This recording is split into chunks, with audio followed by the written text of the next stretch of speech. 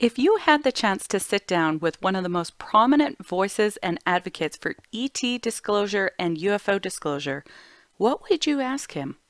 Well, myself, Beth, and Paul did sit down with Stephen Bassett over a video conference and ask those very burning questions. And some of what Stephen has to say is controversial and explosive, including how he describes the relationship between the government agencies, celebrities, and media, and how he believes perhaps they all need to work together in order to break this truth embargo that prevents the public from having full disclosure about the ET issue.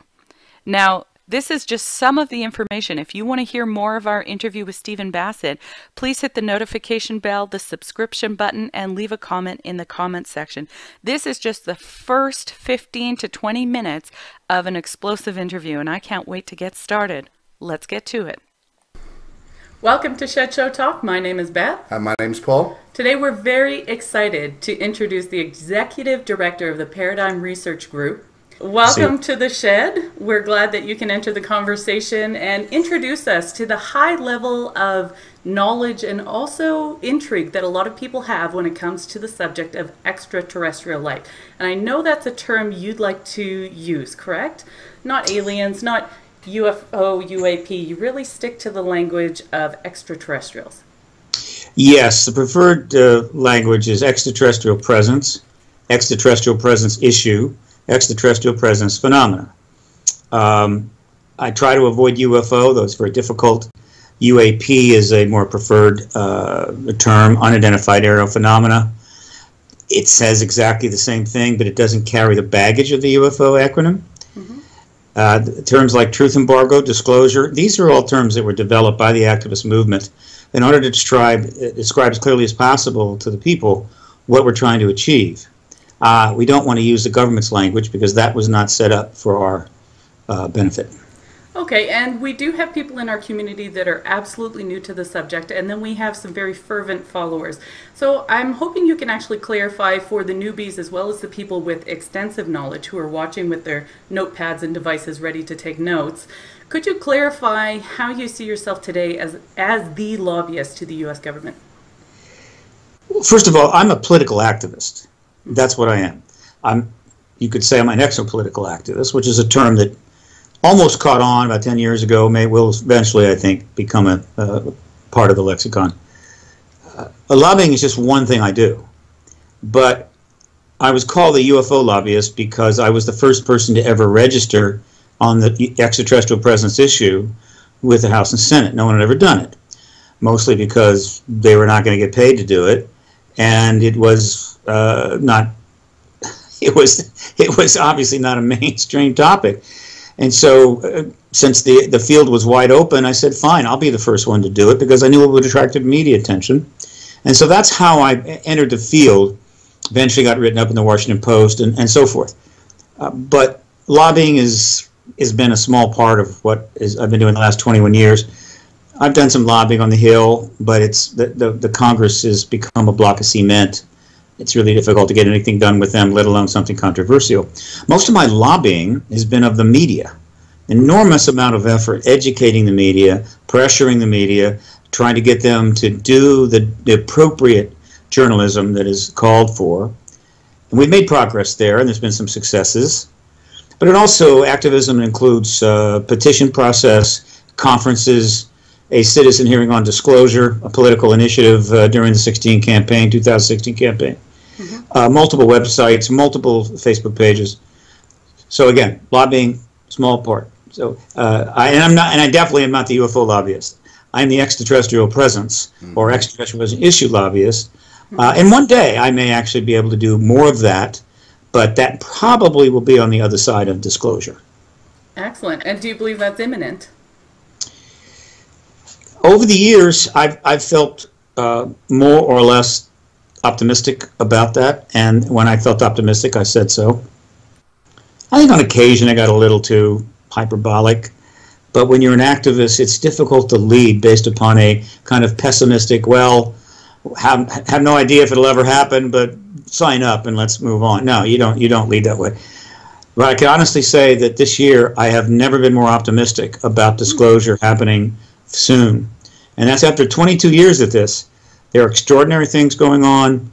A lot of changes have taken place. The pressure on the truth embargo has never been greater. And that while there was a very confusing and chaotic political situation and geopolitical situation, which could create problems at any time, barring something dramatic happening, disclosure this year is very possible, or certainly early next year. Do you think that is because of the Trump presidency? No. It is, well, it's a long story is what it is. But, and we can double back on this. It's because of a number of events. One, the citizen hearing on disclosure in 2013, the political initiative that PRG launched in November of 2014, which ran through the entire election campaign, which succeeded in generating more political coverage of the ET issue than in the previous 68 years combined. 400 articles in the English press, hundreds of others in foreign language press, and literally forced the candidate, in this case Secretary Hillary Clinton, to openly speak to the ET issue, or her husband, or her campaign chairman 11 times. So that was a breakthrough. Mm-hmm. But simultaneous with that initiative, a project was being put together. This is being discussed apparently in the background through all of 2015. It wasn't announced. Wasn't at least the first public statement about it was not until March 27, 2016. And that is what has come to be called the To the Stars Academy of Arts and Science. I prefer to call it just the To the Stars Academy. Mm-hmm. And this is a situation where a citizen, what we'll call researcher, a very successful musician, autodidact, who's probably read more books on the subject than I have, about 42 years old, young, because he looks quite younger than his age, named Tom DeLonge, who sold 30 million records through 2 groups, established many companies.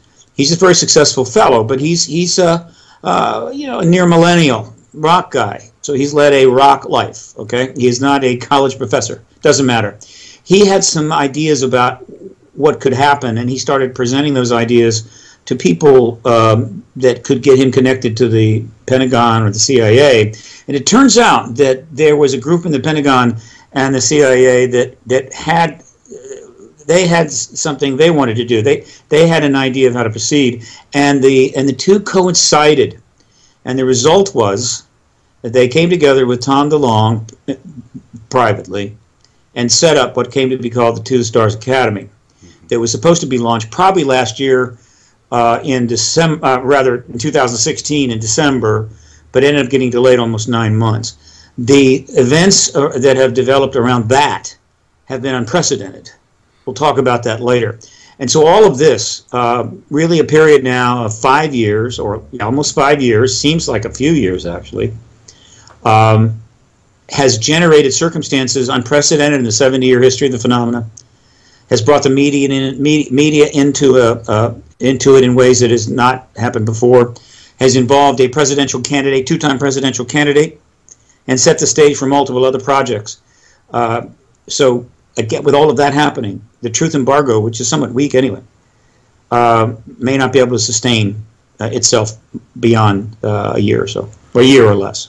Right, absolutely. And when you're talking about Tom DeLonge, he indeed did go through many contacts, many institutions, which led him to the Pentagon, where he had some exceptional interviews. And then I remember an article concerning yourself in 2016, around December, where you said something big is coming. And I assume that you mean the Tom DeLonge. So you've been involved with this, or know of this from a very early stage, before the rest of us, maybe. Well, obviously I was interested. I thought the moment I learned about it, I was quite interested, though. And I should mention to your listeners that, first of all, or viewers, if they go to paradigmresearchgroup.org, my website, which has been completely redone, it's now 21st century, it's solid. It really wasn't before.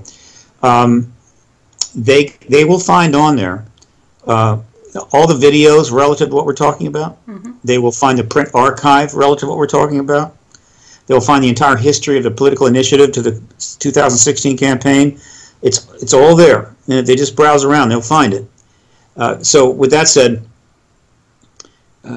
the things they need to look for in particular is the initial public statement that announced something's coming by Tom DeLonge, and that was on March 27th, 2016 to George Knapp, who was doing the Sunday Coast to Coast AM program. It's about a 3-hour interview. It's rambling and disjointed at times, but you need to listen to it about twice, and you'll get what he said was coming. We did, and you reported on that actually, didn't you? Yeah. So we knew, I guess, that something was in the works as well. Have you had any direct contact with Tom DeLonge? No, none whatsoever. Not anybody in the team. When I initially listened to that interview, I was hard to believe it. It just seemed so unlikely that that's what would develop. But history often comes in awkward packages. It's not the way it doesn't really follow a nice, comfortable set of protocols. But after reviewing it and seeing what followed, I think I understand why it happened that way. DeLonge has been obsessed with the issue for a long time. Because he had money, because he had a little bit of fame, he could get around, he could fly here, there, he could attend some gathering, some meeting, sign up for a lecture that I wouldn't be able to afford. And he started working the issue. He started letting it know, I'd like to meet so-and-so, I'd like to go here, I'd like to go there. And at some point, he'd worked it enough that they reached out to him. Because let's be clear, this program was launched because of the people inside the Pentagon. If they didn't want it done, it would not have happened, and it would be no Tom DeLonge to the Stars Academy. Some people think, well, he picked them. No, it's the other way around. It's all right, doesn't matter. They said, come talk to so-and-so, come talk to this person. And I'm sure what they would do is sizing him up and trying to see if he was sincere about the ideas he was putting forward. And the fundamental ideas that he wanted to pursue, which they ultimately felt is what they wanted, was one, and this is very important, that the people who work in the national security structures have been getting a bad rap. And there's some truth to that. Without question, in the national security state, there have been many abuses, without question. But that doesn't mean that everybody working there are bad people. And even the abuses were based on national security. These are people, they make decent money, but they're not rich. Their job is to defend the country against all enemies, domestic and foreign. And they take it seriously. And it is because of that that the ET issue is classified at the highest level and taken deep black. Because it's about the most important issue in the world today, and it has all kinds of implications.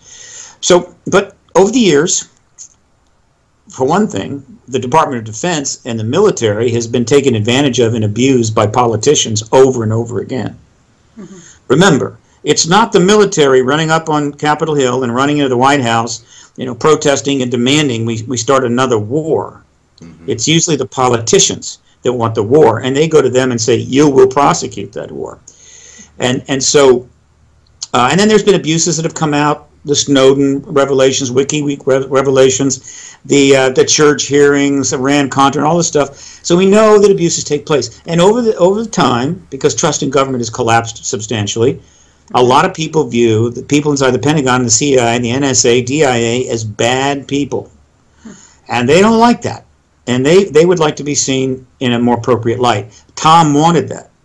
He wanted to say, look, I want to help demonstrate and show people that you're really the good guys, not the bad guys. All right, that was the first thing. Second is obviously he wanted to advance the disclosure process. He wanted to get information to the people in a way that was palatable to a broad range of people and not just a few researchers. And they wanted that as well. And he also had the idea of a multimedia approach, which he could do, film, music, documentaries, books, fiction, nonfiction, what have you. They liked that too. And so they came together for about a year to plan out to launch a totally unprecedented initiative regarding this issue. Why was it unprecedented? Because the To the Stars Academy team that has been announced, and you can go to the Stars, I think it's tothestars.com, or just Google To the Stars Academy, composed of 10 individuals plus Tom, 11, a football team. These 10 individuals is the strongest group of individuals ever assembled in the public domain to address the issue, ever. The closest thing to the strength of this team would have been the MJ12 group, but that was secret, that was internal, and I think it was called MJ12. And we know pretty much everybody on that group, and let me tell you, these were high-powered people. So that was unprecedented, too. That's the tip of the iceberg. There's 40 to 50 people inside the Pentagon and CIA behind them. Jim Semivan, one of the team, former CIA career guy, confirmed this to a researcher in the field, Melinda Leslie. So what has happened here? Somehow, a substantial group of people working in the military intelligence complex, primarily CIA and DOD, had the latitude, had the license to take what amounts to a somewhat unilateral action without the approval of the White House, because there's plenty of things that the military intelligence community does. It does not need immediate approval from the White House, even though the president's the boss. And they were able to move forward on this and go public. It's never happened before. I hope one day we learn the details of how they pulled it off, who were the opponents to this inside, how did they ultimately get the clearance to do this, how far up did it go? Did it go all the way to the Secretary of Defense and so forth? But they put this plan together in all of 2015. They announced it in 2016, or at least they made the initial announcement in 2016.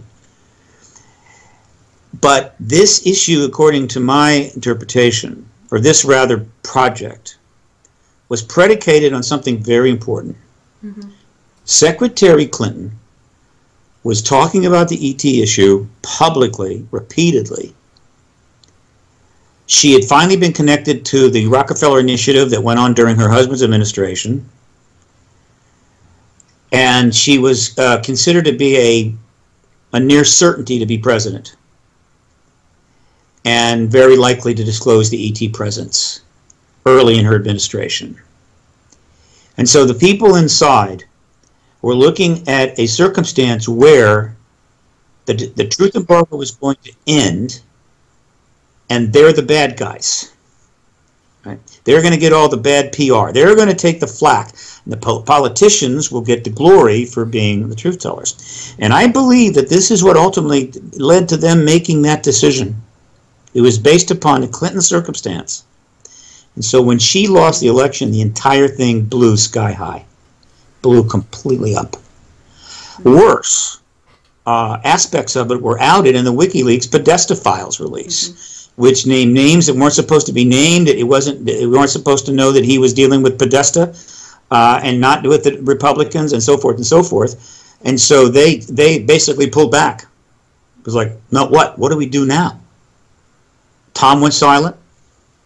It was very awkward. Well, let's just say that election was very awkward on many levels. That's actually a really good word for it, because in the community, people are still talking about the awkwardness of how to approach To the Stars Academy because of how this power truth transition occurred that you're describing right now. And I do have several questions about it, but I want to hear what you're saying next. And Stephen does have a lot more to say on the subject of ETs, UFOs, the disclosure movement, and all of the relationships that you heard him describe between the government, the media, the celebrities, and more. I feel like his comments were explosive because I know the comments left by viewers like you indicate a serious distrust for the U.S. government. Yet it is the U.S. government who is holding a key piece of the disclosure puzzle. So, is the solution in all of these organizations working together? Let us know what you think in the comments section. And remember, this is just episode 1. Stay tuned for more episodes of our interview with Stephen Bassett.